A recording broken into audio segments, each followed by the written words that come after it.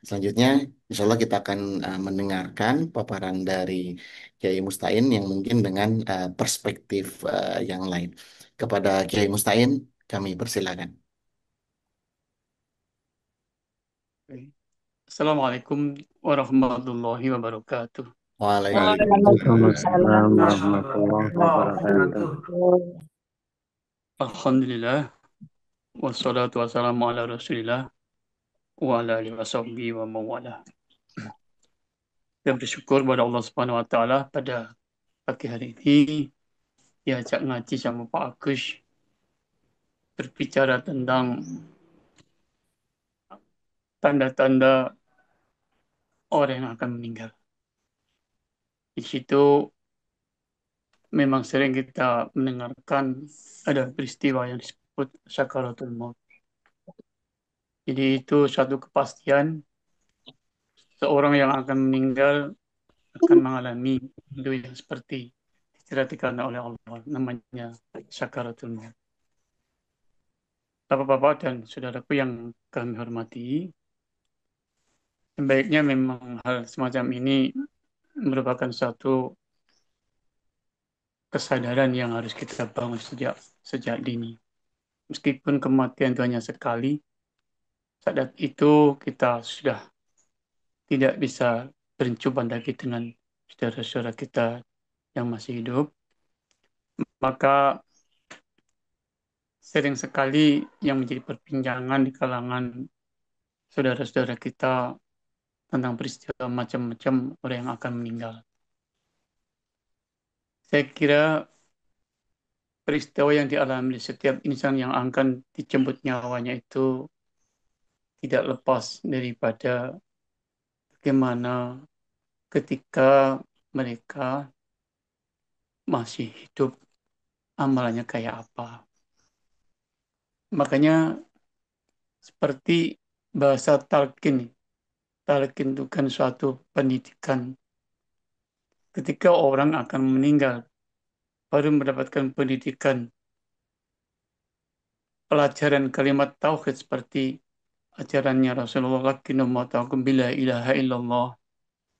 Bagaimana mungkin ketika orang itu masa hidupnya mengenal bahasa itu aja tidak selalu terbiasa mendengarkan, mengucapkan pun tidak selalu.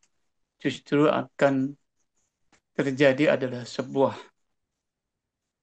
peperangan yang besar dalam psikologi seorang yang akan meninggal. Pada umumnya orang sakit itu pasti berharap kesembuhan, kemudian diundangkan oleh salah seorang mudin kalau di desa ya. Pak Mudin biasanya kalau udah datang itu kan biasanya akan mengurus jenazah. Dia justru malah dia berpikir yang sangat seperti yang disampaikan oleh Pak Dr. Agus. Kegoncangan jiwa itu pasti akan ada. Jadi dia seolah-olah hidupnya akan berakhir pada saat itu. Jadi mana mungkin orang seperti itu pikirannya bisa menerima dengan nyaman diajari dengan bacaan La ilaha illallah.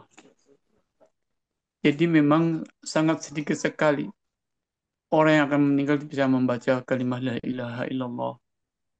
Meskipun ya mohon maaf bagi teman-teman yang mempunyai aktivitas membaca La ilaha illallah yang konteksnya itu tidak mendalami maknanya, tapi hanya sebuah kegiatan seperti hal-hal yang ya sebuah ya dikir-dikir yang sudah jadi buaya, maksudnya budaya.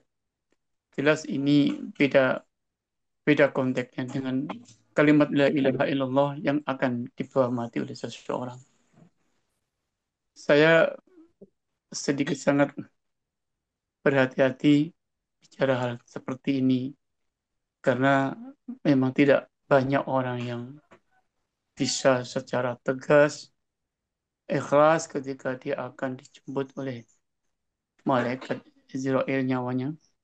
Karena mungkin seolah-olah dia akan masih dapat perpanjangan masa hidupnya. Kecuali orang-orang tertentu saja. yang ikhlas jika dia pada saat itu dia akan pindah alam, artinya meninggalkan dunia ini, sehingga dia merasa ikhlas. Bahkan ada yang berpesan berwasiat kepada saudara-saudaranya. Gitu. Quran sendiri bilang, Kul innal mautal ladzi tafiruna minkum. Ya. Jadi orang-orang yang akan kedatangan kematian pasti seolah dia bisa lari. Seolah dia itu masih bisa lari menghindar dari kematian itu. Padahal kematian itu pasti akan datang pada setiap insan. Makanya saya sendiri tidak tidak bisa tidak bisa artinya mengatakan lebih banyak. Akan tetapi pengalaman-pengalaman yang kami sering apa itu dapatkan orang-orang yang memang apa ini pada masa hidupnya itu akhlaknya baik, insya Allah ada tanda-tanda dalam wajahnya, matinya tidak cemberut, seperti ada wajah-wajah senyum. Allah alam ketika dia itu akan meninggal, apakah dia berpesan baik dengan keluarganya atau tidak. Tapi saya cerita tentang orang tua saya sendiri. Justru saya nggak ada di sampingnya karena saya ada di luar pulau. Tapi betapa singkatnya waktu ketika bapak saya waktunya habis sudah duhur biasanya dikasih makan oleh keponakannya kan waktu itu tinggal di rumah diasuh diasuh oleh sepupu saya itu ditawari mbah Kak Mindo adanya Mindo makan pada siang hari iya nak silakan kalau si Mindo ya, orangnya memang makan itu sudah tak terlalu nafsu kalau orang tua ternyata sepupu saya itu beli tidak jauh dari rumahnya perjalanan mungkin ada ya seperempat jam lah bolak balik itu tapi setelah dia beli makanan itu di warung malah pulang itu belum sampai rumah ada orang teriak-teriak cepat cepat cepat pada saat itulah orang tua saya sudah meninggal dan hanya ditunggu oleh adiknya ya seperti orang katanya jikit ngorok tidur ngorok sudah jalan seperti itu wallahu alam aja ada satu keistimewaan bahwa saya kata terakhir ketika saya akan ke Kupang sudah tidak boleh lagi sebenarnya tapi karena saya bilang Pak saya masih dibutuhkan oleh orang-orang di sana untuk meneruskan dakwah hanya ada kalimat terakhir ya kalau memang kau masih meneruskan dakwah ya nggak apa-apa kan kamu sudah sudah selesai itu nikah anak dua-dua kamu aktif di rumah terus itu saya nangis sih kata terakhir bapak saya itu masih ada tanda-tanda rasa kecewa saya nggak bisa membahagiakan bapak saya selalu penuh di rumah ini maaf nih sangat pribadi akan tetapi kalau saya pernah menunggu orang yang akan meninggal itu memang ada satu apa rasa kebingungan ketika diajari membaca Allah Allah mau Allah Allah hanya sepotong-sepotong saja Allah Allah nah ini apa yang terjadi sesungguhnya saya paham orang tersebut memang masih memiliki harta banyak ya, anaknya juga begitu jadi siapa yang bisa melihat alam gaib semua orang belum tahu tapi kalau mata batinnya ya kalau dia memang yakin dengan kehidupan akhirat itu lebih baik daripada kehidupan dunia dan barangkali dia sudah yakin karena memiliki pengertian kepada Allah dalam kesehariannya mungkin dia rasanya ikhlas apalagi kalau orang sudah tua anaknya sudah jadi orang semuanya itu mungkin biasanya ikhlas makanya semua hampir orang itu problemnya kenapa dengan kematian itu seperti mau lari ya kul innal mauta alladzi tafirruna minkum fa innahu itu yang terusnya itu Ah, karena orang pada pada umumnya memang takut dengan kematian karena seolah kematian itu sebuah siksaan yang sakit. Berbeda dengan orang yang pengen mati syahid di medan perang itu kan katanya dia seolah-olah ingin ketemu Rasulullah, seolah ingin ketemu sahabat-sahabatnya yang itu. Tapi tidak boleh juga manusia itu ingin ingin mati. Ya. Jadi ini ada satu hadis yang kami tadi sudah apa itu siapkan yang kami baca. Jadi ada sebuah hadis yang disampaikan oleh Nabi Shallallahu Alaihi Wasallam. Ya. Jadi kalau Rasulullah SAW la yatamanna yanna ahadum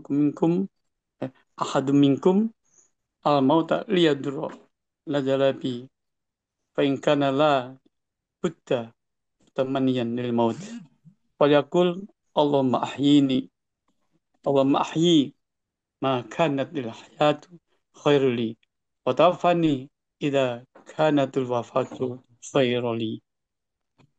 Jadi kalau lihat bahasanya ini memang kita sepertinya tidak boleh oh, mengharap kematian dikarenakan kalau hidup yang susah ini. Jadi la yatamanna ya ahadukum maut liyadurun aja lebih. Jadi orang itu tidak boleh ingin mati disebabkan karena suatu kemadaratan atau kesulitan atau kehidupan yang sulit yang menimpa dia. Ya, akan tetapi apabila mati itu lebih baik, ya maka ya dia juga mungkin mau ya.